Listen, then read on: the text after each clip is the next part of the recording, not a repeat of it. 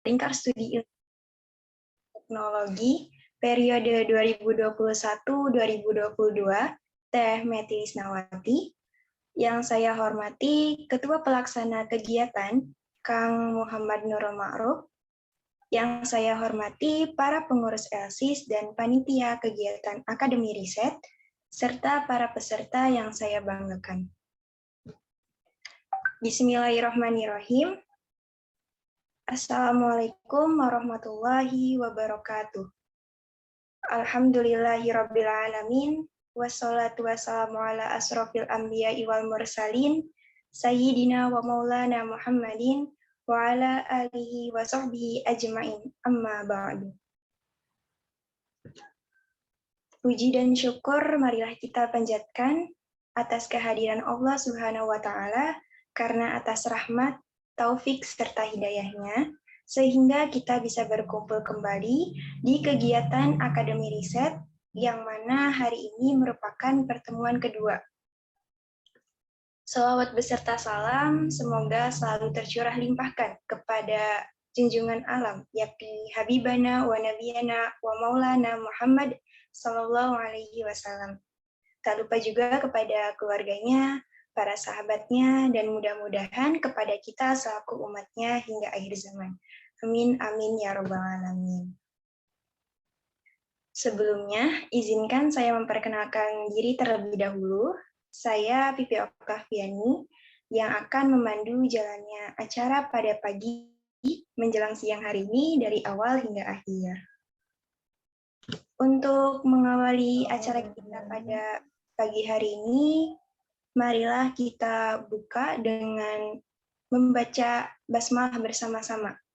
Bismillahirrahmanirrahim.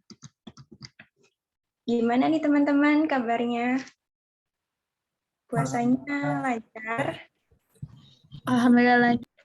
Alhamdulillah. Alhamdulillah. Seperti yang telah disampaikan pada minggu lalu ya, bahwa pertemuan kedua hari ini itu akan disampaikan mengenai materi bab 1 dan bab 2. Nah, mungkin langsung saja ya kita masuk ke acara intinya, yakni pemaparan materi bab 1 dan bab 2. Pemaparan materi bab 1 yang akan disampaikan oleh mentor-mentor kita nih, yang kece-kece. Ada Kang Yusuf, Kang Rahadian Yusuf, dan Teh Deva Dirgantina. Kang Yusuf dan Teh Deva, apakah sudah ada di room? Sudah, Teh. Ya, Teh. Gimana nih, Kang Teh, kabarnya? Alhamdulillah baik. Puasanya lancar? Insya Allah. Alhamdulillah.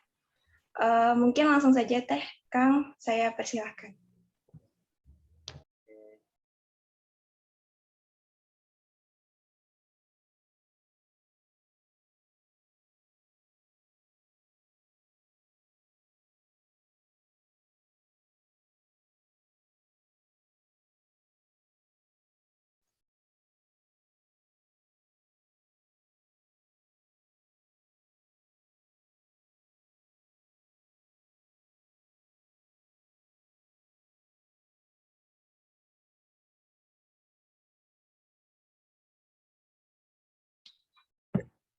Sudah terlihat ya teman-teman untuk PPT-nya? Ya baik. Ya, atas kesempatan. Pada pagi hari ini, sesuai dengan agendanya, kita akan membahas tentang bab 1 dan bab 2. Nah, di sini saya selaku mentor, terutama untuk teman-teman semua, akan membahas terlebih dahulu dari mulai bab 1 karya tulis ilmiah.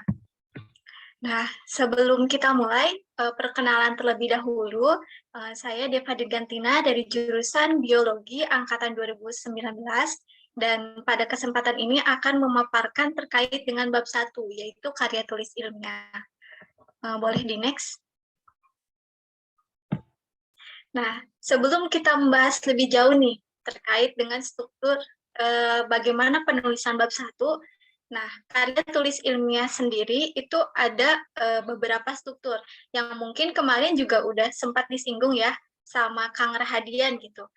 Yaitu ada abstrak, kemudian ada bab 1 pendahuluan, bab 2 tinjauan pustaka, bab 3 metode, dan bab 4 yaitu hasil dan pembahasan, dan terakhir yaitu bab 5 penutup.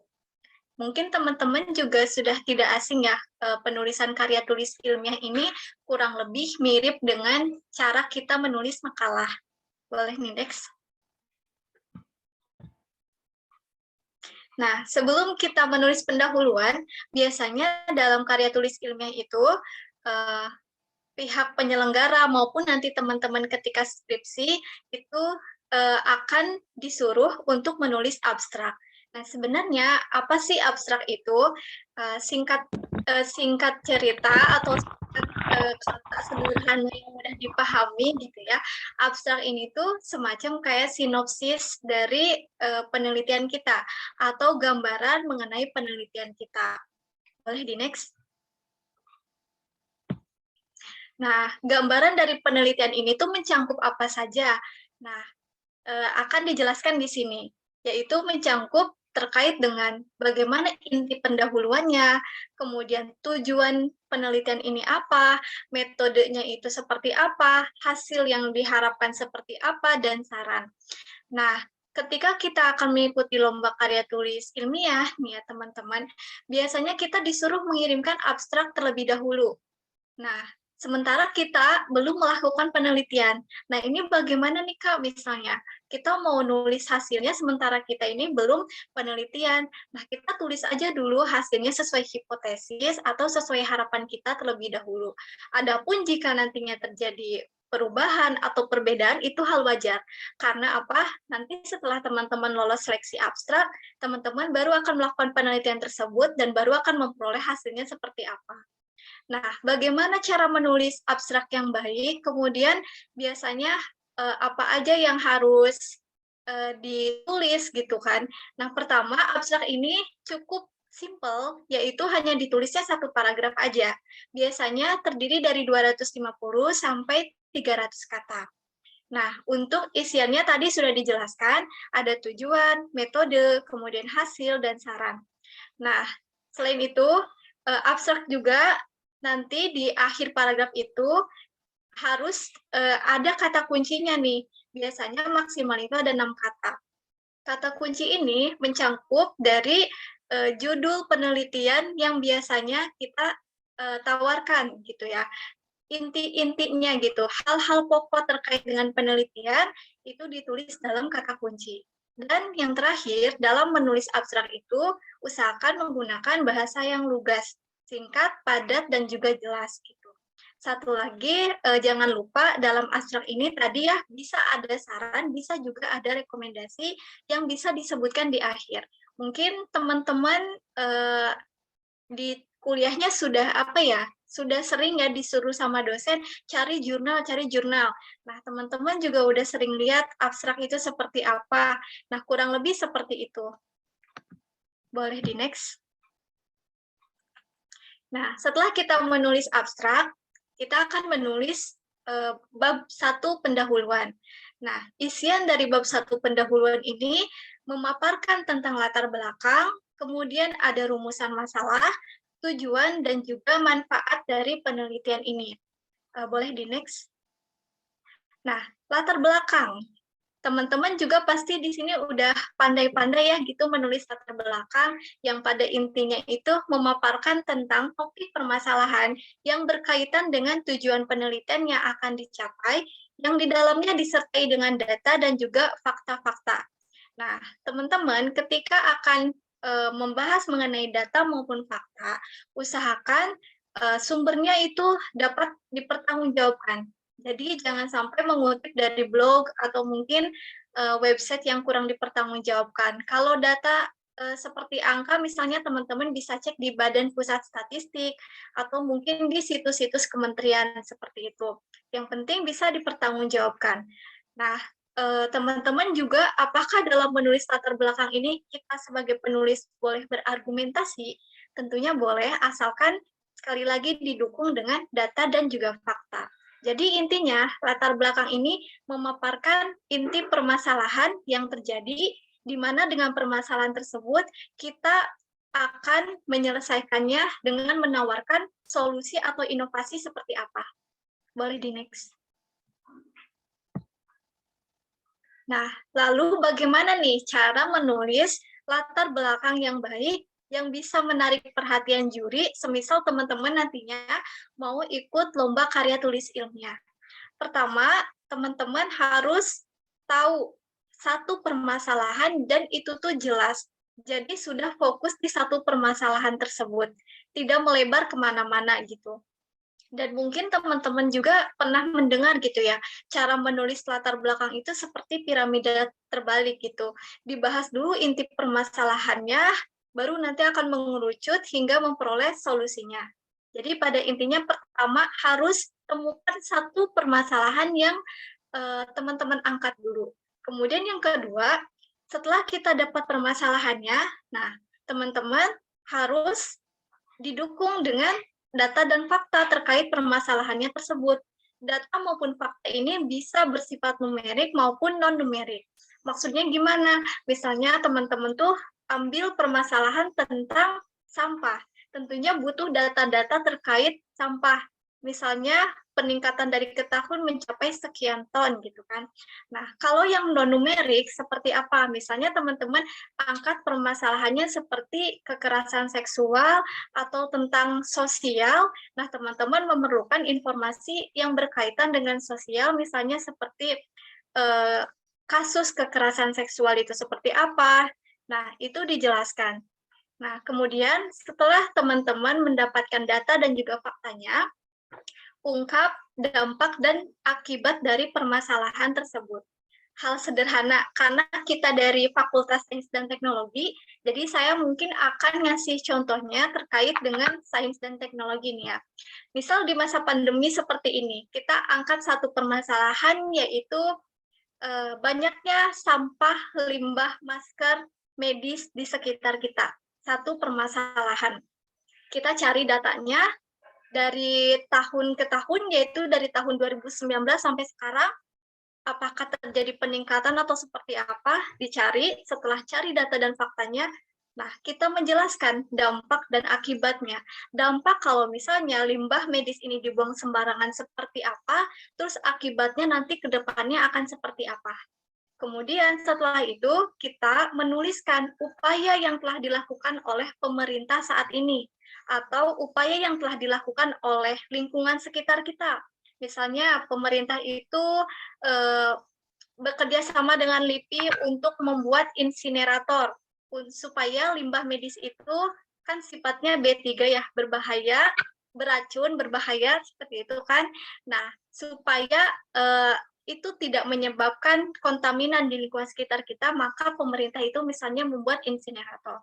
Nah, setelah kita tahu upaya-upaya yang dilakukan pemerintah, nah kondisinya saat ini, apakah dengan upaya tersebut penurunan dari sampah medis itu benar-benar berkurang atau justru malah meningkat? Nah, semisal meningkat, tentunya cara yang dilakukan pemerintah ini terlihat belum efektif. Dan teman-teman harus mencari solusinya supaya bisa efektif itu seperti apa. Misalnya, teman-teman pernah dengar kan ada yang membuat bank sampah lewat kayak aplikasi atau apa.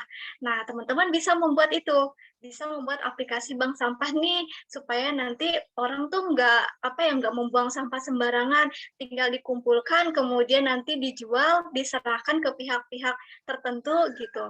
Nah, itu bisa menjadi sebuah solusi dengan teman-teman membuat sebuah aplikasi bank sampah. Nah, itu tadi. Kemudian terakhir kan kelemahan dan kelebihan upaya ini berkaitan yang tadi, yang upaya itu. Semisal upaya pemerintah itu ternyata justru semakin ke sini sampahnya semakin banyak. Nah, berarti itu kelemahan dari upaya pemerintah itu harus kita cari. Kenapa bisa lemah? Karena misalnya pembangunan insinerator itu mahal. Kemudian tidak ada di setiap daerah, hanya ada di daerah tertentu dan tidak merata. Inilah yang menyulitkan kita gitu ya, di lingkungan sekitar kita sampah medis ini sulit gitu untuk ditekan, jadi terus naik dari tahun ke tahun. Nah, mungkin cara membuat latar belakang dari saya seperti itu. Nah, teman-teman perlu diingat kalau misalnya membuat latar belakang, usahakan runut.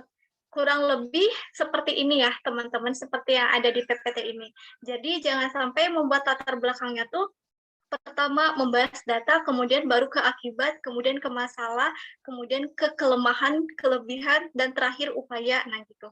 Jadi kalau bisa harus runut dari masalahnya yang jelas, dampak dan akibatnya seperti apa, upaya yang telah dilakukan seperti apa, sampai kita tahu kelemahannya, dan dari kelemahan itu kita tahu bagaimana cara mengatasi permasalahan tersebut.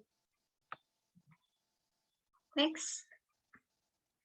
Nah, mungkin untuk pembahasan selanjutnya diserahkan ke Kang Rahadian. Baik, nuhun Teh Deva dan nuhun juga kepada Teteh Pipi yang sudah memberikan saya kesempatan memaparkan presentasi pertemuan ini. Di sini saya akan menjelaskan sedikit mengenai beberapa bagian dari bab 1. Yang pertama ini ada rumusan masalah, yang kedua ada tujuan penelitian, terus ada manfaat penelitian juga.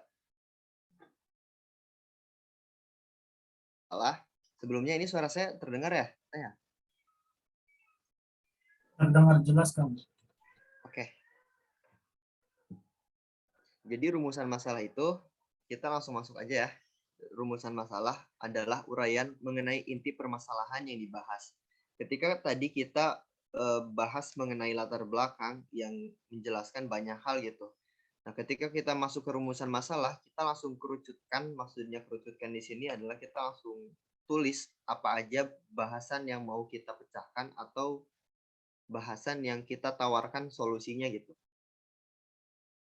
Nah, kenapa sih penting banget kita nulis rumusan masalah? Karena pertama, rumusan masalah itu merupakan kayak titik sentral atau pedoman penelitian yang mau kita buat.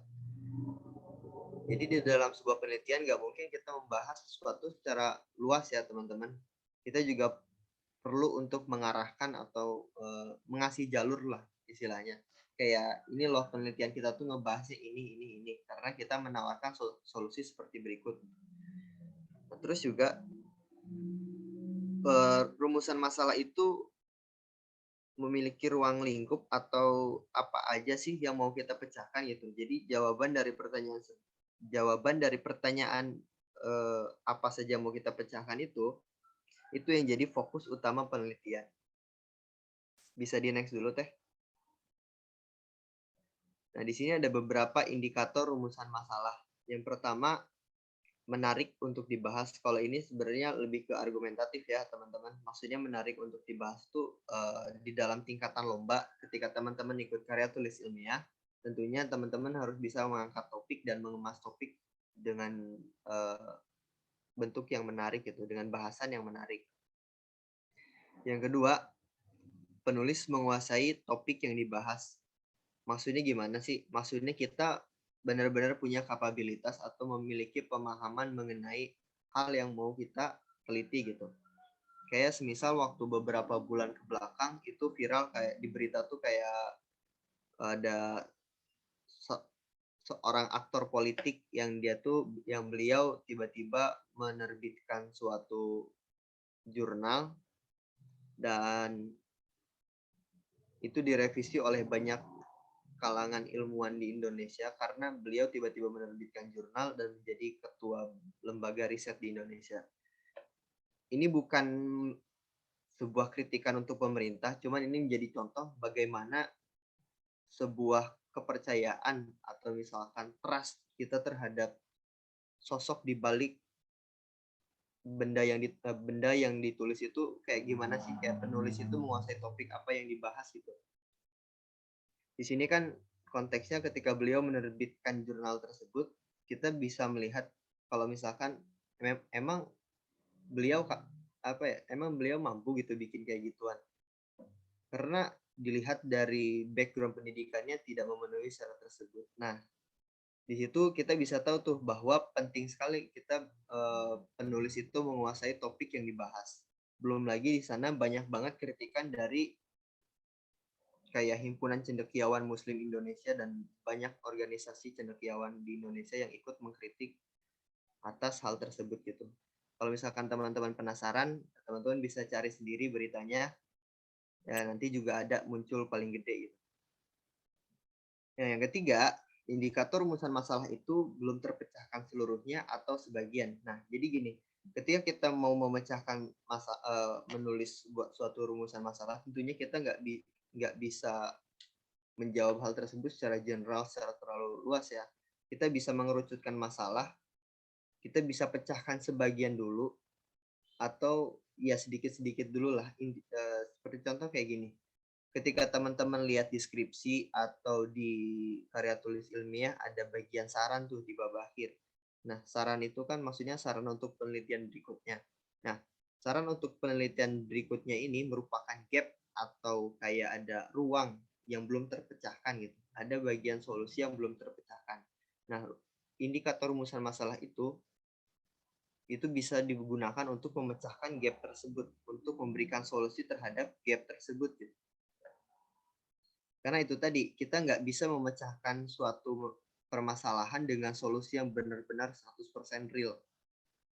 Benar-benar 100% lengkap gitu. Pasti ada penelitian, ya kurang lebihnya ada yang bisa dikembangkan. Terus yang keempat, mengungkap masalah dengan bahasa yang ringkas. Dan ini juga menjadi catatan yang penting ya, karena kenapa? Bahasa dalam perumusan masalah itu, kalau misalkan teman-teman pernah buat, itu tidak dibuat dengan karangan yang naratif. Naratif di sini maksudnya berbentuk paragraf gitu. Itu jarang sekali. Tergantung pada format ketentuan yang diberikan oleh, biasanya kalau misalkan di institusi-institusi tertentu, emang format penulisan karya tulis ilmiah beda-beda ya. Ada yang memperbolehkan dalam bentuk naratif atau dalam bentuk paragraf, ada juga yang cuman boleh dalam bentuk poin gitu. Next. Nah, poin penting dalam perumusan masalah itu yang pertama ditulis dalam bentuk pertanyaan. Yang pertama apa, bagaimana, dan mengapa. Nah, di dalam penulisan perumusan masalah, 3 poin pertanyaan ini tuh apa, bagaimana, mengapa itu menjadi hal yang istilahnya udah basic. Kenapa kita hanya menggunakan 3 poin ini gitu? Karena ketika kita ingin menjawab pertanyaan dari siapa, kenapa, dan kapan, itu bisa dijelaskan di bagian tinjauan pustaka. Di bab 2 bisa, di latar belakang bisa. Makanya kenapa di dalam perumusan masalah itu penting sekali kalau misalkan kita setidaknya mencantumkan salah satu dari 3 poin di sini. Nah, yang kedua, penulisan rumusan masalah itu harus jelas dan padat. Artinya dia nggak bertele-tele dan tidak juga menggunakan kiasan yang dilebih-lebihkan. Terus yang ketiga, hindari pembahasan yang terlalu umum, sempit, atau argumentatif. Ya, intinya dari poin yang ketiga ini teman-teman sesuaikan dulu, sesuaikan aja dengan makna dari jelas dan padat. Next. Nah, di sini ada contoh rumusan masalah. Bagaimana mekanisme pengaplikasian CRI-SPR yang dianggap efisien? Bagaimana metode CRI-SPR dapat mengobati penyakit HIV/AIDS, penyakit genetika, kanker, dan malaria? Apa kontribusi CRI-SPR terhadap tujuan SDGs di Indonesia? Nah, teman-teman bisa lihat di sini kalau misalkan ada beberapa pertanyaan yang diawali dengan tulisan bagaimana, dan apa gitu. Dalam pembentukan rumusan masalah, pertanyaan ini tuh umum diajukan mengenai bagaimana, apa, atau mengapa. Karena hal tersebut merupakan kayak pertanyaan yang jawabannya tuh pasti memberikan gambaran garis besar secara gamblang. Kalau misalkan kita pertanyakan dengan kapan, siapa, atau di mana, jawabannya tuh bisa hanya satu subjek aja. Sedangkan untuk pertanyaan yang jawabannya sangat luas atau cakupan jawabannya itu banyak, itu bisa kita tanyakan dengan bagaimana, apa, dan mengapa. Next. Nah, selanjutnya kita bahas mengenai tujuan penelitian dan manfaat penelitian. Next dulu teh. Nah, tujuan penelitian ini dideskripsikan apa yang ingin dicapai melalui penulisan. Singkatnya tuh kayak tujuan penelitian itu kayak jawaban dari rumusan masalah. Intinya kalau misalkan dalam struktur penulisan ya, ketika tadi teman-teman lihat ada di awal kalimat rumusan masalah itu ada tulisan bagaimana. Nah, nanti tuh di tujuan penelitian tuh kita hanya tinggal memparafrase mengubah kalimat di awalnya aja sih. Itu untuk struktur penulisan. Tapi tujuan penelitian itu kayak menjawab dari rumusan masalah. Kayak solusinya tuh apa sih yang kita tawarin. Next teh. Nah, contoh di sini kayak kan kalau tadi bagaimana mekanisme pengaplikasian CRI SPR yang efisien. Itu yang di rumusan masalah. Nah, di sini di dalam tujuan di poin 1 kita cuman ganti bagaimananya dengan mengetahui mekanisme pengaplikasian cluster regularly bla bla bla bla bla yang dianggap efisien. Begitupun seterusnya. Next. Nah, terakhir ada manfaat penelitian. Manfaat penelitian itu kita kayak mendeskripsikan nilai atau hasil apa yang ditawarkan dari penelitian kita. Maksudnya kayak gimana sih? Output dari penelitian yang kita lakukan itu tuh apa sih manfaatnya gitu. Kurang lebih tuh singkatnya tuh kayak gitu. Di next dulu teh. Nah, contohnya di sini. Di bagian manfaat, yang pertama secara teoritis memperkaya informasi mengenai CRI SPR dan SDGs.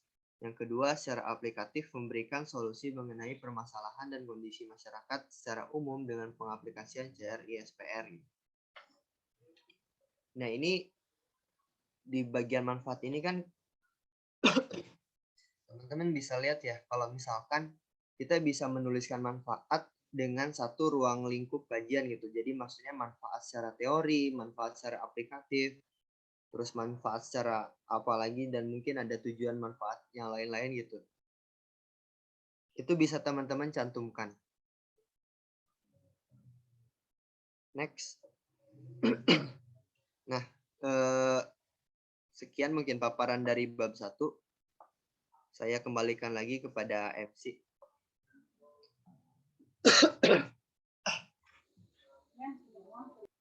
Baik, terima kasih kepada Kang Yusuf dan Teh Deva yang sudah menyampaikan materinya.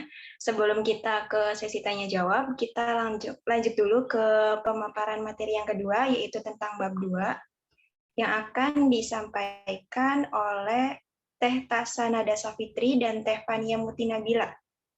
Apakah Teh Tasa dan Teh Fania sudah ada di room? Sudah, Teh. Sudah, Teh. Oh, sudah. Mangga, Teh, saya persilakan.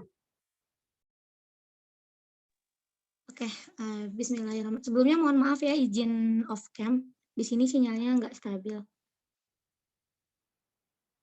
Bismillahirrahmanirrahim. Assalamualaikum warahmatullahi wabarakatuh. Sekarang mau ngejelasin tentang tinjauan pustaka. Sebelumnya dari teman-teman, apa ada yang tahu tinjauan pustaka itu kayak gimana gitu? Kayak referensi gitu, Kak.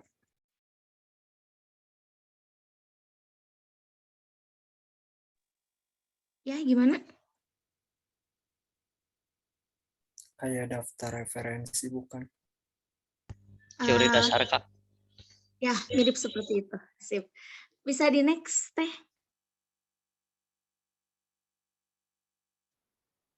Nah, apa sih tinjauan pustaka? Tinjauan pustaka ini merupakan peninjauan kembali literatur-literatur yang relevan atau terkait dengan penelitian yang sedang dilakukan. Dalam penulisan karya ilmiah, bisa itu skripsi, laporan, makalah, biasanya tinjauan pustaka ini adanya di bab 2. Jadi di penelitian nanti yang bakal teman-teman buat pun ada di bab 2 tinjauan pustaka ini. Next.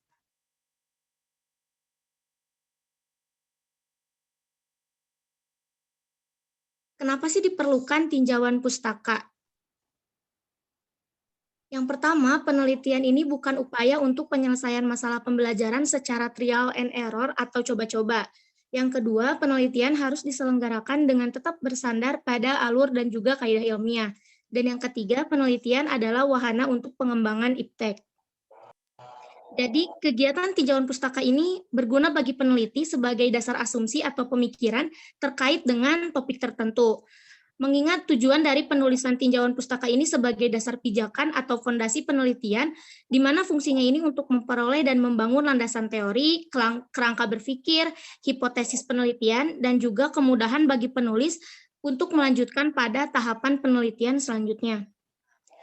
Salah satu dari fungsi penting tinjauan pustaka yaitu untuk membantu memverifikasi masalah penelitian serta menunjukkan kepada peneliti tentang urgensi rumusan masalah atau hipotesis yang nantinya akan dibahas.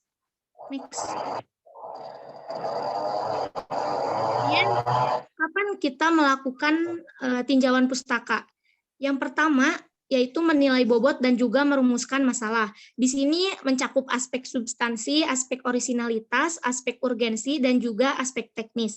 Di mana masalah substansi atau nilai, ini berupa nilai kegunaan, aktualisasi atau bobot masalah setidak-tidaknya dapat didekati dengan melihat kemanfaatan atau kegunaan pada 3 hal, yaitu apakah dengan terjawabnya permasalahan, penelitian akan mempunyai arti bagi perkembangan substansi ilmu, baik itu kegunaan teoritik, kemudian mempunyai arti bagi perkembangan metodologis dan juga kegunaan bagi praktis. Adapun untuk aspek orisinalitas, di mana permasalahan penelitian ini belum terjawab oleh teori maupun penelitian yang pernah dilakukan. Yang kedua, ada menemukan atau memilih cara pemecahan masalah atau menemukan metode dari penelitian. Yang ketiga, ada sebelum dan saat melaksanakan pengumpulan data, dan yang keempat, melakukan analisis data, evaluasi, serta refleksi. Next. Mungkin ini yang selanjutnya akan dijelaskan oleh Teh Fania. Oke, terima kasih Teh Tasa. Sebelumnya suara saya terdengar tidak? Terdengar, Teh.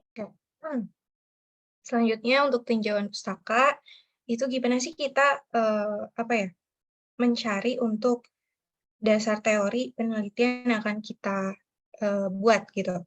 Di sini ada 2, yaitu sebelum penelitian dan juga setelah penelitian. Untuk sebelum penelitian, kita harus mencari informasi yang relevan dengan penelitian yang akan kita lakukan. Kayak misalnya kita tertarik dengan suatu tema apa nih, kita mulai secara umum, secara garis besar mencari informasi yang relevan, kayak gitu. Terus untuk yang kedua adalah memperdalam pengetahuan kita tentang tema atau judul yang akan kita lakukan. Dan yang ketiga untuk mengkaji teori yang relevan.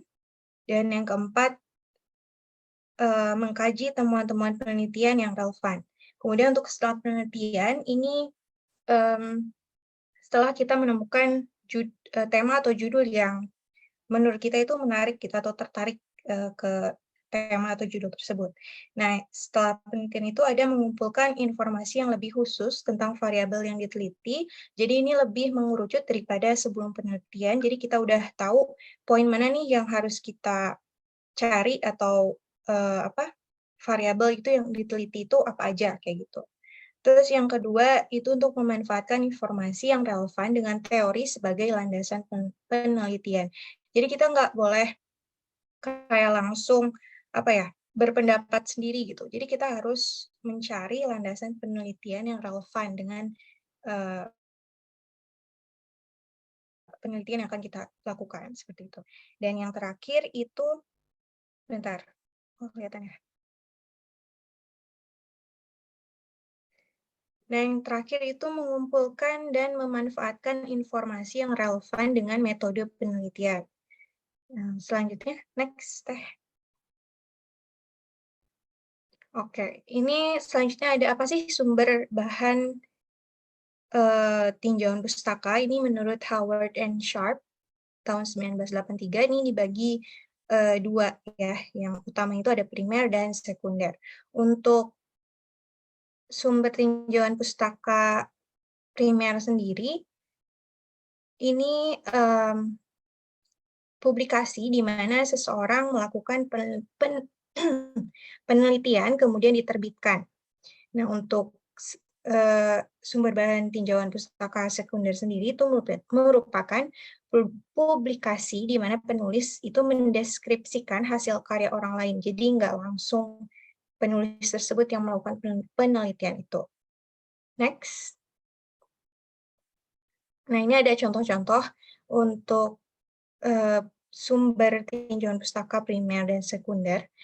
Untuk sumber contoh primer itu ada laporan penelitian, ada skripsi, tesis, dan disertasi, dan juga ada artikel jurnal, dan juga proceeding seminar. Nah, proceeding seminar ini merupakan jurnal juga sama, tapi yang membedakan proceeding seminar dan jurnal itu, kalau proceeding itu dipublikasikan pertama kalinya itu harus melewati seminar terlebih dahulu. Jadi harus ada seminar. Contohnya tuh kayak ini, maaf ya saya lupa ngasih contoh ininya. Biasanya kalau proceeding itu ada keterangan di jurnalnya, di atasnya itu kayak ada dari keterangan proceeding seminar nasional ataupun seminar atau nama-nama konferensi lainnya kayak gitu. Nah, untuk sekunder sendiri ini ada monograf dan juga textbook biasa. Jadi kayak buku paket gitu. Kalau untuk monograf sendiri itu merupakan tulisan ilmiah dalam bentuk buku yang substansi pembahasan itu hanya pada satu topik dalam satu bidang kompetensi penulis. Jadi ini juga merupakan tulisan ilmiah gitu ya kalau untuk monograf. Oke. Oke, sampai sini aja pemaparan bab 2 dari kami. Saya kembalikan kepada MC. Terima kasih.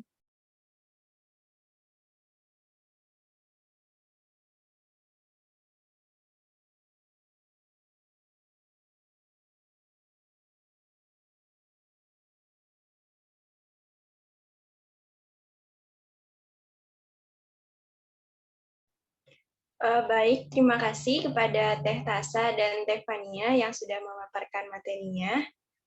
Luar biasa ya teman-teman materi yang disampaikan oleh para mentor kita ini. Gimana, sudah paham kan mengenai bab 1 dan bab 2? Sudah dong pastinya ya. Kalau teman-teman menyimak dari awal sampai akhir penyampaian materi tadi, pasti sudah terbayang nih gimana bab 1 dan gimana bab 2. Tapi tenang, untuk teman-teman yang masih belum paham bisa ditanyakan. Kita masuk ke sesi selanjutnya, yaitu sesi diskusi. Bagi teman-teman yang masih belum paham mengenai materi tadi, bisa langsung bertanya melalui fitur raise hand ya, on mic. Untuk itu, bagi yang ingin bertanya, saya persilahkan.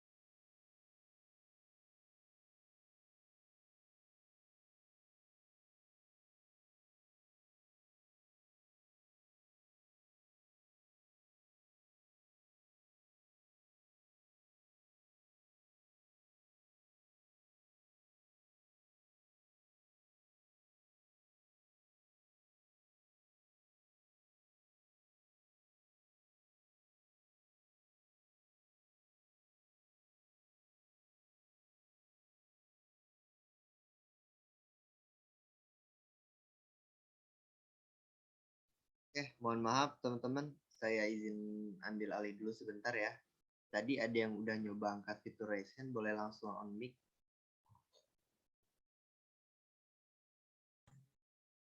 izin bertanya. Oh, Kenalan dulu Teh. oke. Perkenalkan saya Nadia dari kelompok 3. Izin bertanya mengenai tadi di bab 2 ya. Bab 2 tadi kan ada dari primer dan sekunder. Nah, yang dari primer itu kan dari jurnal-jurnal dan sedangkan sekunder itu dari buku-buku. Nah, untuk kita tulis kembali, misalnya ada beberapa referensi yang kita butuhkan di jurnal atau buku itu, apakah yang dari buku itu harus kita parafrasekan? Terus apa sih, kan kalau yang nggak diparafrasekan tuh kayak hukum-hukum kayak gitu lah ya. Kalau misalkan yang paragraf biasa, pernyataan-pernyataan yang bukan hukum-hukum itu apakah harus diparafrasekan juga? Terus yang di jurnal juga apakah wajib juga diparafrasekan? Terima kasih. Baik, kita sistemnya langsung tanya jawab aja ya. Ini saya serahkan langsung kepada pemateri bab 2. Mangga Teh Fania atau Teh Tasa.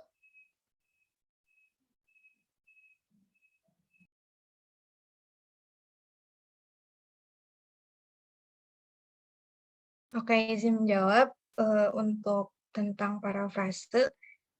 Menurut aku sih lebih baik di parafrase ya, soalnya itu juga bisa melatih kita untuk nanti membuat apa ya, lomba-lomba lain, KTI lain ataupun skripsi gitu. Jadi itu juga untuk bisa melatih kita agar terbiasa untuk nanti apa ya, skripsi kayak gitu. Jadi menurut aku sih wajib ya di parafrase kayak gitu sih. Untuk Teh Tasa ada yang tambahin mungkin? Ya, izin nambahin sedikit ya.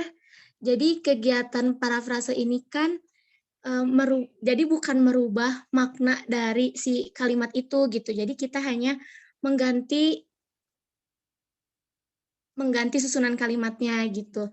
Pakai bahasa kita sendiri supaya nanti ketika diturnitin kan biasanya kalau teman-teman ikutan lomba pasti dicek gitu ya turnitinnya. Nah, itu tuh kita harus bisa persentase turnitinnya harus rendah gitu. Terima kasih. Mungkin Oke, itu baik. jawaban dari Teh Fania sama Teh Tasa. Jadi singkatnya kita perlu memparafrase karena selain untuk melatih juga menghindari plagiarisme ya, kurang lebih kayak gitu ya. Nah, Teh Pipinya sudah kembali. Mangga Teh Pipi. Mohon maaf diambil alih dulu sebentar. Ada kendala sinyal. Selanjutnya nih, ada yang resign juga dari Teh Cikuita Kamila. Mangga Teh. Assalamualaikum, izin bertanya. Saya Cikita Kamila dari jurusan Biologi semester 2. Kalau kita melakukan penelitian menggunakan metode studi literatur, bagaimana dengan aspek orisinalitasnya? Apakah bisa dengan menggabungkan pendapat banyak orang lain gitu, Teh? Terima kasih sebelumnya.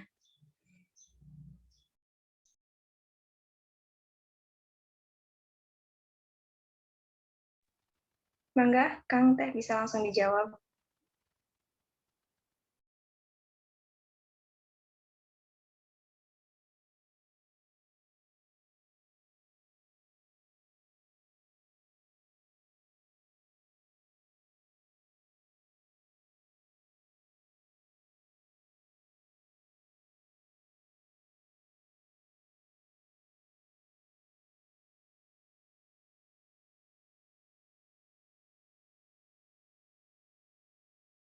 Mohon maaf, bisa tolong diulangi pertanyaannya? Tadi sinyalnya agak hilang. Baik, Teh. Kalau kita melakukan penelitian menggunakan metode studi literatur, bagaimana dengan aspek orisinalitasnya? Apakah bisa dengan menggabungkan pendapat dari banyak orang lain, Teh? Ya, makasih. Untuk aspek orisinalitas, kita bisa menggabungkan dari pendapat-pendapat orang lain kan, walaupun studi literatur, penelitian kita harus tetap penelitian yang terbarukan gitu. Jadi, aspek orisinalitasnya tetap harus ada.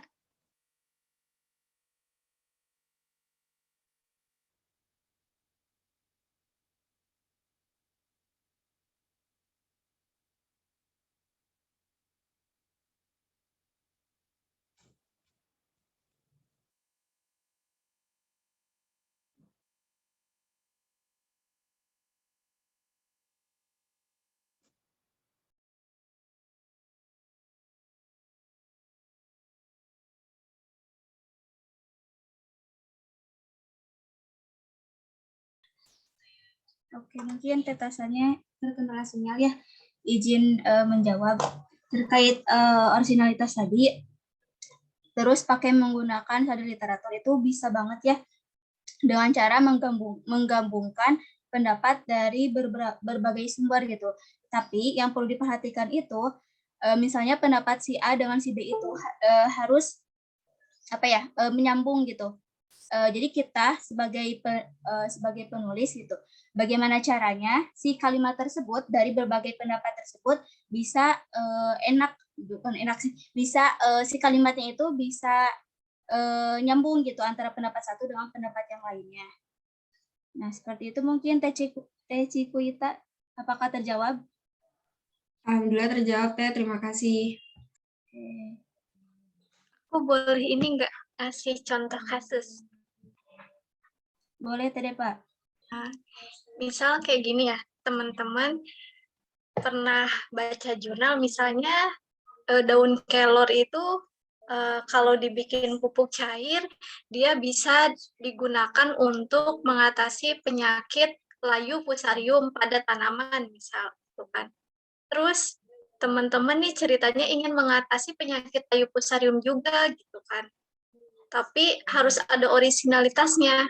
Terus nemu nih jurnal lain misalnya membahas daun pepaya itu dibikin pupuk cair dan sama-sama bisa mengatasi masalah penyakit layu fusarium. Nah, teman-teman bisa nih bikin ide gimana kalau misalnya daun kelor sama daun pepaya itu kita kombinasikan aja menjadi nama produk A dengan nama produk yang teman-teman bikin misalnya singkatan kelor sama pepaya misalnya jadi kepaya gitu kan. Ini contoh aja nih misal. Nah, jadi produk itu udah merupakan bagian dari originalitas. Jadi ketika teman-teman mengangkat jurnal tentang daun kelor, ada pendapatnya A seperti ini, bisa mengatasi penyakit itu misalnya 80%, dan ternyata daun pepaya bisa mengatasi 90%, keduanya sama-sama bisa mengatasi lebih dari 50% lah, katakan gitu. Nah, berarti itu efektivitasnya bagus dong.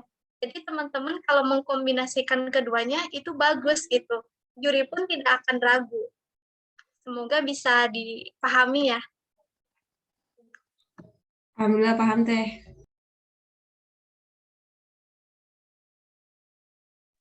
Baik, terima kasih Teh Deva, Teh Meti yang sudah memberikan jawabannya. Selanjutnya ada pertanyaan dari kolom chat nih. Dari Ahmad Syaifa, kelompok 13.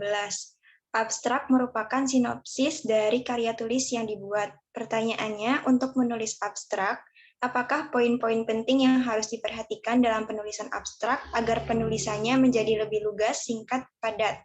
Mungkin juga boleh minta tipsnya, Teh. Terima kasih. Enggak, Teh. Bisa langsung dijawab.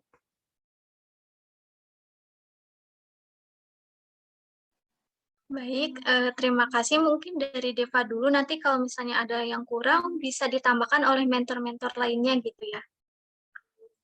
Menjawab pertanyaan, apakah poin-poin penting yang harus diperhatikan dalam penulisan abstrak agar penulisannya menjadi lebih lugas, singkat, padat, mungkin boleh minta tipsnya. Nah, seperti yang tadi nih, misal teman-teman tuh udah buat kan pendahuluan itu. Nah, ini juga aku mau ngasih catatan sedikit, kalau untuk pendahuluan itu, teman-teman maksimal nanti bisa membuatnya 1 halaman. Kalaupun ditoleransi, kalau bisa 1 halaman setengah aja. Nah, itu kan banyak. Tapi inti permasalahannya misalnya kayak yang tadi nih, aku contohnya kasus yang tadi ya, yang pupuk aja nih. Misal, inti permasalahannya itu adalah banyaknya para petani yang menggunakan pestisida. Itu kan bahan kimiawi ya, gitu. Nah, teman-teman bisa angkat inti permasalahannya di abstrak itu, penggunaan pestisida itu sangat membahayakan karena bisa mempengaruhi lingkungan dan juga menurunkan produktivitas maupun kualitas dari produk pangan. Cukup sampai di situ aja, 1 kalimat atau 2 kalimat cukup. Terus teman-teman di situ bilang kayak gini misalnya, agar lingkungan kita ini tidak tercemar dan juga kualitas produk pangan itu tetap memiliki ketahanan pangan, mutunya gitu. Maka diperlukan pupuk yang sifatnya itu tidak merusak lingkungan, tapi kualitas produk pertanian dapat terjaga.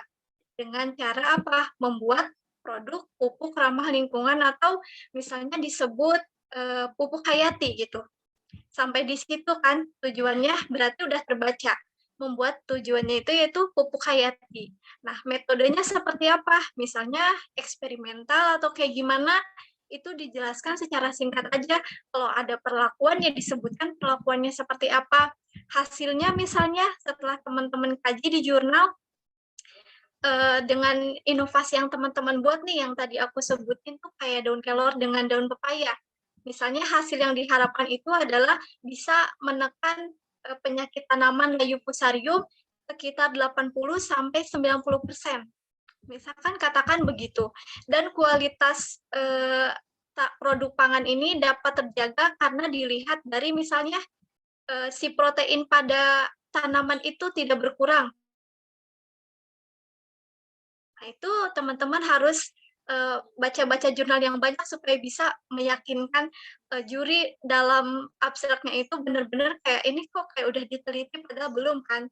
Nah, intinya disampaikan aja kayak kualitasnya, proteinnya kayak gimana gitu. Singkat, padat, jelas aja gitu. Mungkin sampai di situ dan jangan lupa ada saran atau rekomendasi.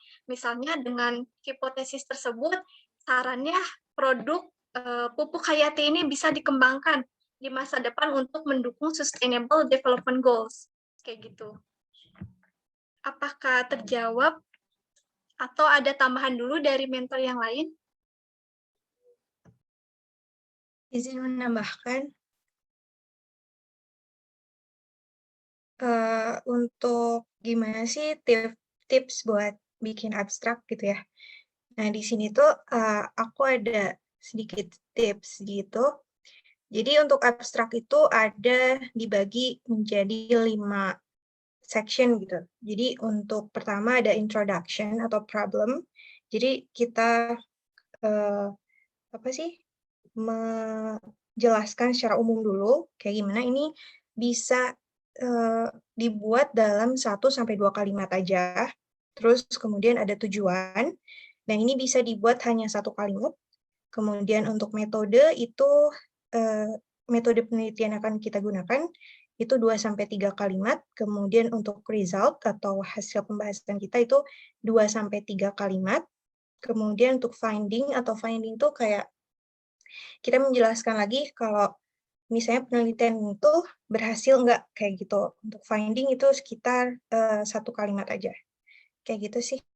Terima kasih.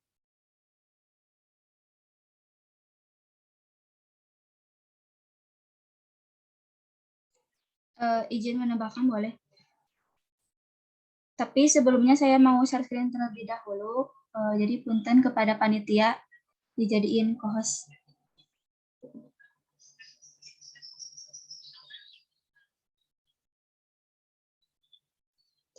Oke. Nah, tadi kan Teh Pania sama Teh Deka udah menjelaskan ya bagaimana gitu si abstrak tersebut. Contohnya gitu. Nah, ini ada contoh biar jelasnya. Tapi sebenarnya udah kelihatan share screen-nya.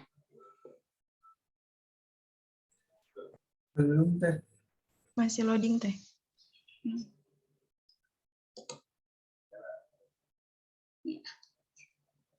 Kalau sekarang gimana? Sudah, Teh. Udah kelihatan. Tadi kan udah dikasih tips sama Teh Pania gitu. Nah, di sini ini sebenarnya tugas kuliah juga ya. Menganalisis abstrak gitu. Jadi mengomentari abstrak yang benar gitu kayak gimana. Nah, di sini saya mengomentari judulnya. Kenapa dikomentari? Karena di sini tuh dapat dilihat ya kalau misalnya penulisannya itu kurang benar gitu. Soalnya di dalam judul itu bisa sebenarnya ada yang syaratnya itu si judul ditulis dengan huruf kapital, tapi ada juga yang kayak gini. Maksudnya itu tidak kapital semuanya. Nah, tapi di sini pengolahannya kapital ya, huruf depannya kapital, tapi si limbahnya, cairnya, si C-nya, T-nya kecil-kecil gitu kan. Seperti yang kita ketahui kalau misalnya nulis judul itu kata kata awalnya itu harus huruf kapital gitu kan, P-nya tuh, jadi bisa ditulis tuh. Di sini bisa terlihat ya. Saya mau komentari gitu. Kalau misalnya penulisan judul yang benar itu kayak gini, pengolahan limbah cair tahu menjadi, nah menjadi huruf kecil. Kenapa? Karena dia merupakan kalimat pengantar gitu. Dengan juga kecil karena sama merupakan kalimat pengantar. Nah, seperti ini. Secara juga kecil karena dia merupakan kalimat pengantar. Nah, ini kontinu. Nah, kita lihat gitu kalau misalnya di KBBI itu bukan yang benar itu kontinu, bukan continue. Nah, kayak gitu. Jadi untuk penulisan sebenarnya ini sepele ya, tapi ngaruh gitu. Soalnya berpedoman pada KBBI juga gitu cara kita menulisnya. Nah, terus tadi disinggung sama TDPA dan juga TPA-nya, kalau misalnya di abstrak itu kan ada latar belakang, tujuan, metode, dan juga hasil gitu kan. Tapi seringkali kita menemukan nah untuk misalnya di sini ada latar belakang. Kita bisa dia itu latar belakang dilihat dari keterhubungannya dengan judul yang tadi gitu kan. Judulnya seperti ini. Terus di sini ada cairan limbah tahu mengandung pengontrol bla bla bla bla bla bla. Berarti itu udah dipastikan latar belakangnya gitu. Kenapa yang menjadi titik fokusnya itu cairan limbah tahu gitu kan. Nah, terus juga untuk metode elektrokoagulasi berpotensi bla bla bla bla. Nah, sebenarnya untuk metode bisa bisa tersirat ataupun tersurat gitu. Kan ini kebetulan tersurat ya, dikatakan metode gitu. Metodenya secara elektrokoagulasi. Tapi ada juga abstrak yang tidak ditulis metodenya, tapi dia itu metode gitu sebenarnya, tapi kita harus jeli gitu penggunaan katanya gitu. Nah, terus di sini ada tujuan. Nah, tujuan. Untuk tujuan sendiri ada yang tersirat dan juga ada yang tersurat. Kebetulan di sini tersurat. Tujuan dari penelitian ini adalah bla bla bla bla. Terus di sini juga saya mengomentari gitu kan. Harusnya itu elektrokoagulasi. Ini tulisannya salah. Nah, untuk metode sendiri, nah di sini hasilnya gitu. Untuk hasilnya sendiri ini kebetulan masih tersurat gitu. Hasil dari penelitian ini bla bla bla bla gitu. Nah, di sini ada juga contoh dari abstrak yang tidak ada latar belakang gitu. Sebenarnya kita tidak bisa menyalahkan abstrak tersebut salah atau tidak gitu. Soalnya mungkin gitu di abstrak tersebut tidak ada latar belakang karena misalnya tidak ditentukan oleh si yang nge-publish-nya gitu, tidak ada ketentuannya gitu, dibebaskan. Tapi ada juga yang misalnya kalau kita mau meng-publish jurnal harus ada aturannya gitu kan. Misalnya ada latar belakang, ada metode dan lain sebagainya. Nah, di sini tidak ada latar belakang. Ini judulnya seperti ini. Nah, terus kata pertamanya langsung penelitian mengenai distribusi logam berat TNCU dalam air itu kan. Ini bukan termasuk ke dalam latar belakang. Kenapa? Ini mah kayak menyebutkan meringkas dari si judul tersebut gitu. Kenapa logam berat PB dan CU-nya gitu. Maksudnya kan di sini kita meneliti distribusi logam berat PB dan CU, tapi di abstraknya itu tidak disebutkan kenapa sih harus PB dan CU gitu si logam beratnya. Sedangkan kan logam berat ada gitu yang lain, misalnya ada MN dan lain sebagainya gitu. Di sini tidak disebutkan gitu kenapa alasannya menggunakan PB dan juga CU. Nah, di sini kebetulan penelitian ini bertujuan untuk, berarti ini tersurat ya tujuannya. Terus, nah metode, kebetulan ini juga tersurat. Nah, untuk tadi kan ada ya, di dalam masalah itu ada kata kunci gitu. Penulisan kata kunci ini haruslah berdasarkan alfabet gitu, itu yang benarnya. Nah, sedangkan di sini tidak benar gitu kan, ini urutannya tidak benar gitu, timbal, tembaga, pantai. Nah, ini air laut, soalnya air laut itu kan dari A ya, jadi harus pertama dicantumkannya gitu.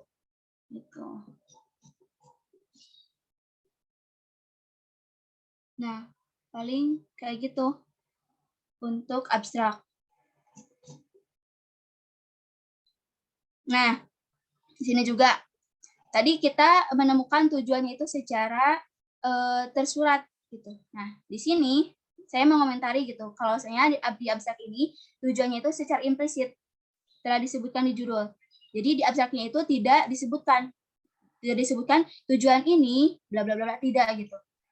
Tapi di judulnya itu sudah kayak tersirat gitu, ada tujuannya, yaitu dia tujuannya mengetahui gitu si limbah kulit pisang ini dalam pengaruhnya itu kayak gimana gitu.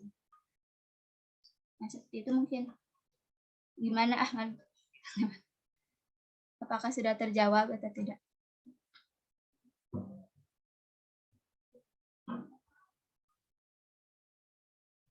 Oke.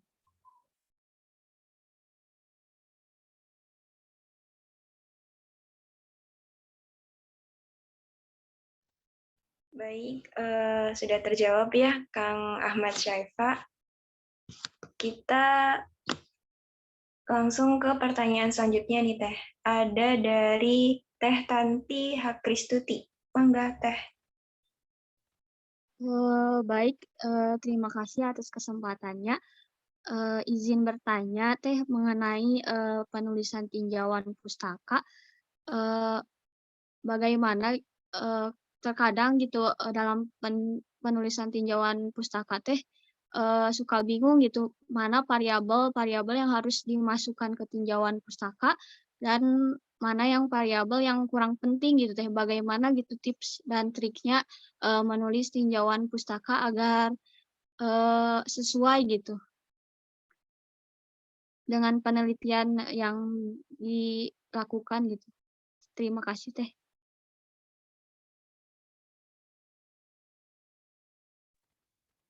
Mangga untuk Teh Tasa atau Teh Fania yang menjawab atau dari mentor lain dipersilahkan.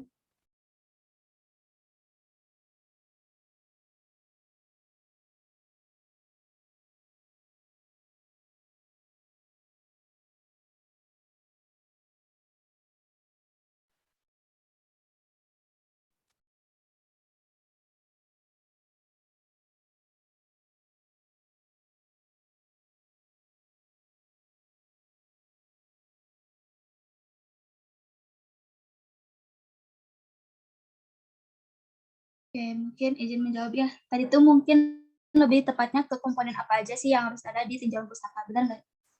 Oh iya, kayak gitu. Nah, Maksudnya. Berarti kalau kayak gitu, untuk komponen apa aja yang ada di daftar pustaka, di tinjauan pustaka itu, haruslah apa yang akan kita teliti nanti. Misalnya, kita tadi, misalnya yang tadi ya, misalnya judulnya itu tentang pengolahan limbah cair tahu menjadi air bersih dan metode elektrokoagulasi secara kontinu. Berarti di dalam tinjauan pustakanya itu nanti bakal ada limbah cair tahu. Misalnya kandungan di limbah cair tahu itu ada apa aja sih sehingga dapat digunakan untuk metode elektrokoagulasi ini gitu. Terus air bersih. Kenapa air bersih ini menjadi tujuannya gitu. Terus metode elektrokoagulasi. Kenapa menggunakan elektrokoagulasi gitu? Jadi dijelasin di tinjauan pustaka ini gitu. Bisa kelebihan dan kekurangannya gitu. Terus secara kontinu apa di sini yang dimaksud dengan kontinunya itu gitu. Nah, kayak gitu. Jadi untuk tinjauan pustaka komponen-komponen yang akan dibahas itu sesuai dengan penelitian yang akan kita lakukan gitu. Jangan sampai kita mau meneliti apa tapi di tinjauan pustakanya meneliti tidak disebutkan gitu apa yang akan kita teliti gitu sehingga nantinya pembahasannya itu akan yang kita tulis di tinjauan pustaka gitu. Apakah terjawab? Baik Teh, sudah terjawab. Terima kasih atas jawabannya. Siap.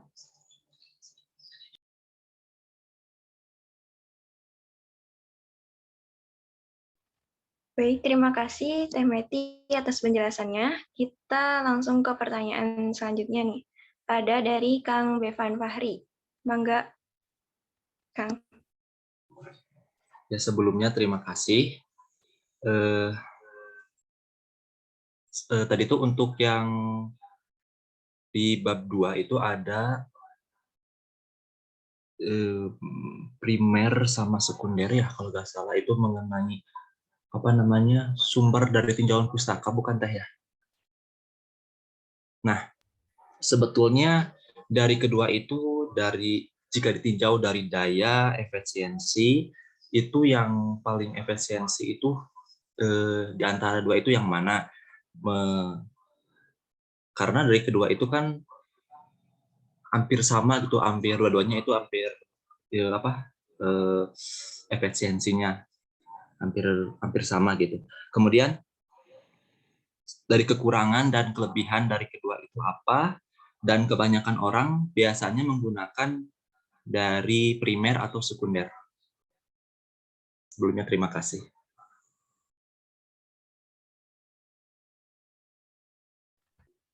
Mangga, para mentor bisa langsung dijawab saja. Oke, izin menjawab ya.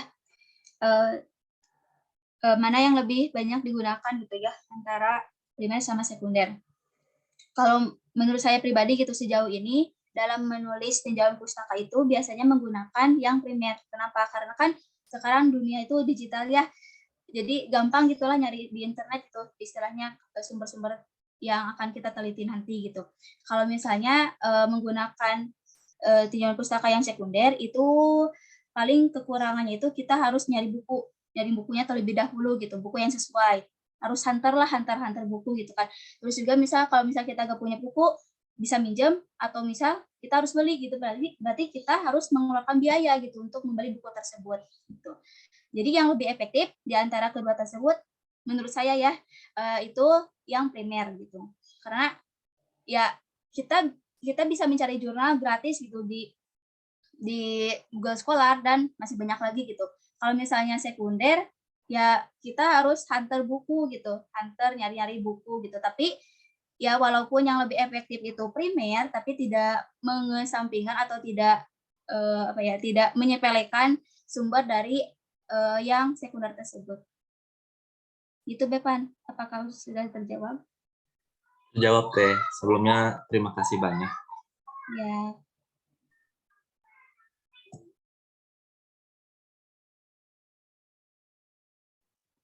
Baik, terima kasih Teh Meti atas penjelasannya.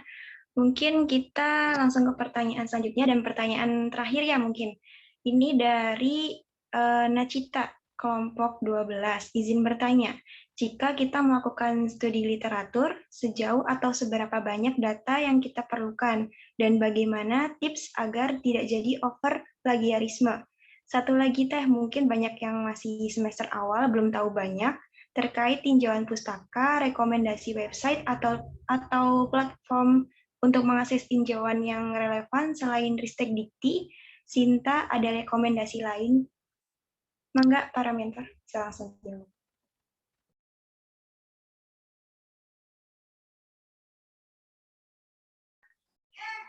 Izin menjawabnya, tapi mungkin Deva akan menjawab yang pertama dulu. Jika kita melakukan studi literatur, sejauh atau seberapa banyak data yang kita perlukan, dan bagaimana tips agar tidak jadi over plagiarism. Nah, kalau misalnya terkait seberapa, sebenarnya itu tergantung dari penelitian yang teman-teman lakukan, dan juga dilihat dari permasalahan dan lain sebagainya, itu sesuai dengan kebutuhan teman-teman sendiri gitu.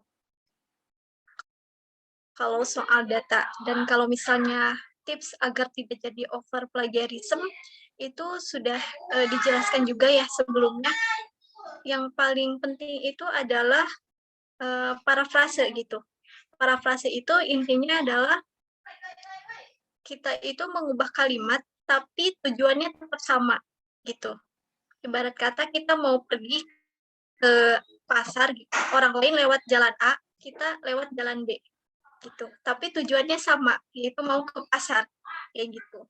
Kalau untuk tidak over plagiarism, biasanya itu ditoleransi itu plagiarismenya itu minimal 20%. Tapi kalau saya sebagai mentor menyarankan kepada teman-teman kalau bisa 0% gitu. Jadi parafrase itu hal yang wajib. Mungkin saya menjawab yang itu. Untuk pertanyaan yang lainnya mungkin sama mentor lain. Oke, saya coba jawab yang kedua ya. Rekomendasi website. Kalau saya sendiri lebih banyak menggunakan di Google Scholar gitu. Kenapa? Karena yang pertama rata-rata bahasanya Indonesia gitu, terus juga gratis-gratis gitu. Ya kayak gitu. Paling paling pintar-pintar nyari kitanya aja gitu. Kalau misalnya kan pakai mana sih?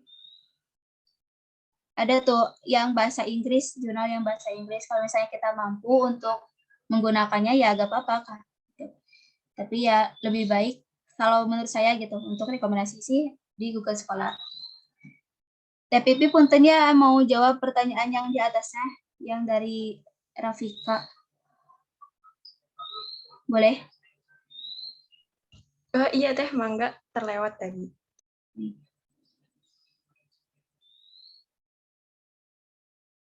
Oke, sebenarnya untuk teknis itu masalah teknis ya, mau miring atau tidak itu tuh dikembalikan lagi ke publishernya gitu. Kan ketika kita mau nge-publish jurnal gitu, ada aturannya gitu dari publisher sendiri gitu. Jadi kita nggak ada patokan khususnya gitu. Misalnya kita mau nge-publish jurnal di A gitu, di apa ya, di lembaga A gitu. Berarti kita harus menyesuaikan aturannya di lembaga A tersebut. Makanya beda-beda penulisan abstraknya gitu antara yang kita temui gitu jurnal si A dengan jurnal si B. Paling kayak gitu, Rafika.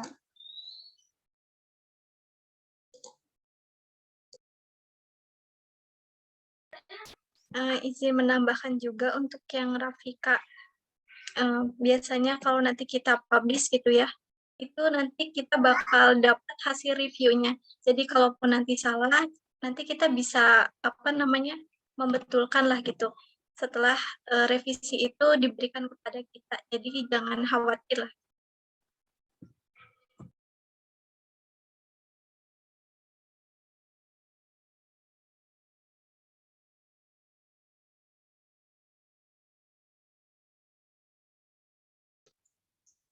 Baik, terima kasih Teh Devata dan Teh Meti yang sudah menjelaskan. Bagaimana Teh Rafika? Sudah terjawab? Siap, terima kasih sudah mengerti Teh. Baik, mohon maaf ya teman-teman karena waktunya sudah habis. Kita akhiri untuk sesi diskusinya. Jadi kalau masih ada pertanyaan yang belum terjawab atau masih ada yang ingin ditanyakan, bisa dilanjutkan di grup kelompoknya masing-masing. Kita masuk ke sesi selanjutnya, yaitu ada pemberitahuan nih tentang penugasan yang akan disampaikan oleh para mentor. Nah, kepada para mentor, Akang Teteh, mangga saya persilahkan.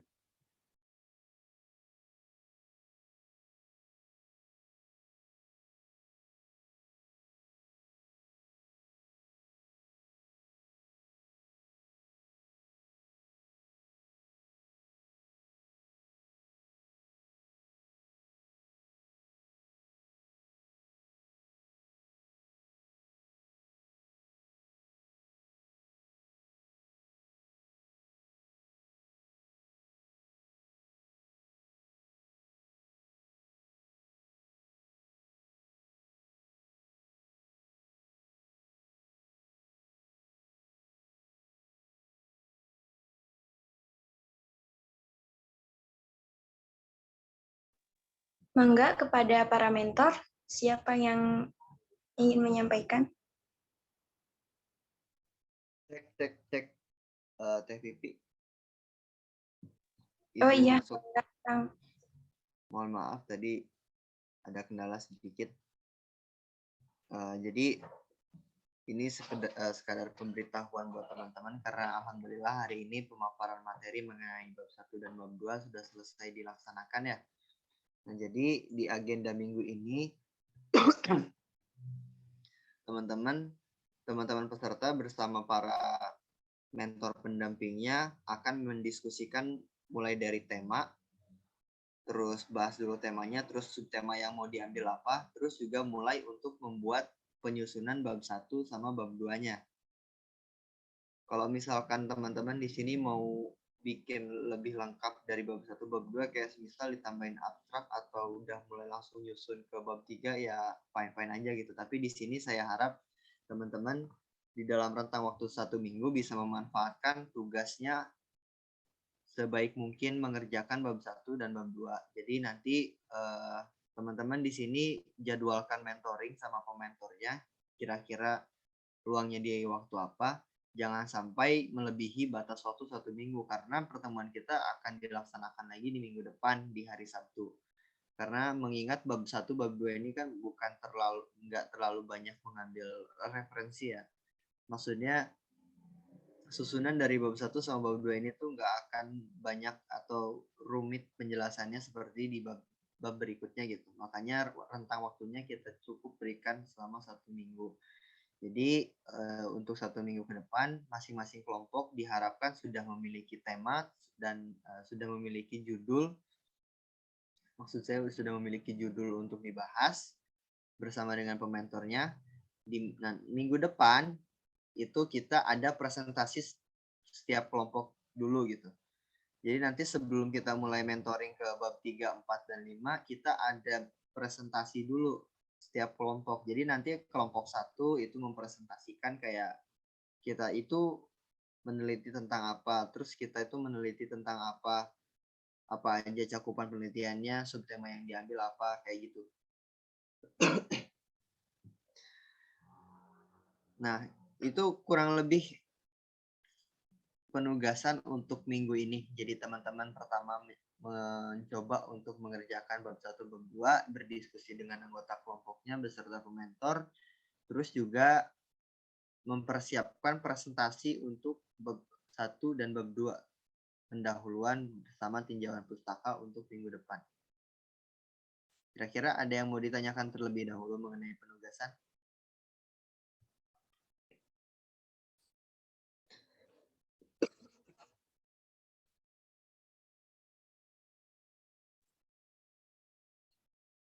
Ya, link untuk absensi udah dikirim di kolom chat ya, teman-teman jangan lupa absen untuk yang udah masuk yang udah hadir hari ini.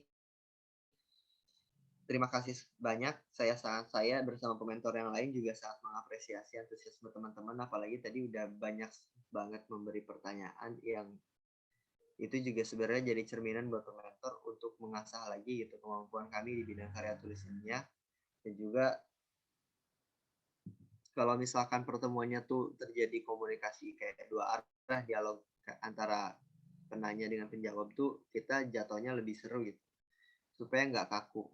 Nah itu yang memang sebetulnya tujuan diadakannya acara mingguan ini, jadi supaya teman-teman merasa bebas untuk bertanya, juga merasa terjawab atas pertanyaannya. Mungkin itu aja Teh Pipi, mangga saya kembalikan lagi ke MC. Baik, terima kasih ya Kang atas penjelasan tentang penugasan ini. Jadi diingatkan lagi ya untuk teman-teman, untuk penugasannya jangan lupa silakan didiskusikan dengan kelompoknya masing-masing dan dijadwalkan ya untuk konsultasi dengan mentornya masing-masing. Gitu. Oke, tak terasa ya kita sudah di akhir acara ini. Bagi teman-teman yang belum paham atau masih ada yang ingin ditanyakan, saya persilahkan ya untuk bertanya ke grup kelompoknya masing-masing. Sebelum acara ini benar-benar ditutup, ada sesi dokumentasi dulu nih. Bagi teman-teman yang bisa on-cam, dipersilahkan on-cam ya. Dan bagi operator, silakan untuk memandu. Siap. Semuanya boleh pada on cam dulu ya.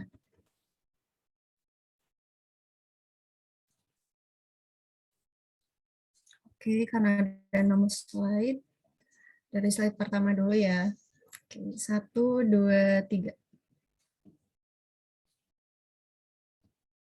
Oke, slide 2. 1, 2, 3.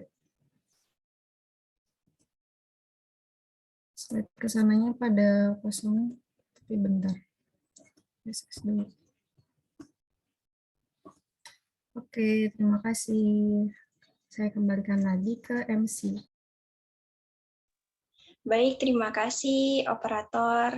Alhamdulillah ya teman-teman, untuk pemaparan materi, sesi diskusi sudah kita lalui dengan materi-materi yang luar biasa. Semoga bisa menambah wawasan baru, menambah pengetahuan baru bagi teman-teman mengenai karya tulis ilmiah. Jadi marilah kita tutup ya acara ini, acara Akademi Riset pertemuan kedua ini dengan mengucapkan hamdalah bersama-sama. Alhamdulillahirrahmanirrahim. Jangan lupa ya teman-teman, untuk link absen sudah di-share ke kolom chat. Dan terima kasih banyak kepada para peserta yang sudah mengikuti kegiatan pada hari ini. Semoga apa yang disampaikan dapat dimengerti dan menambah pengetahuan teman-teman semua. Saya mewakili panitia yang bertugas menyampaikan mohon maaf atas salah kata dan perbuatan. Akhir kata, terima kasih. Wassalamualaikum warahmatullahi wabarakatuh. Sampai jumpa di minggu depan. Semangat ya puasanya. Semangat. Waalaikumsalam warahmatullahi wabarakatuh. Semuanya.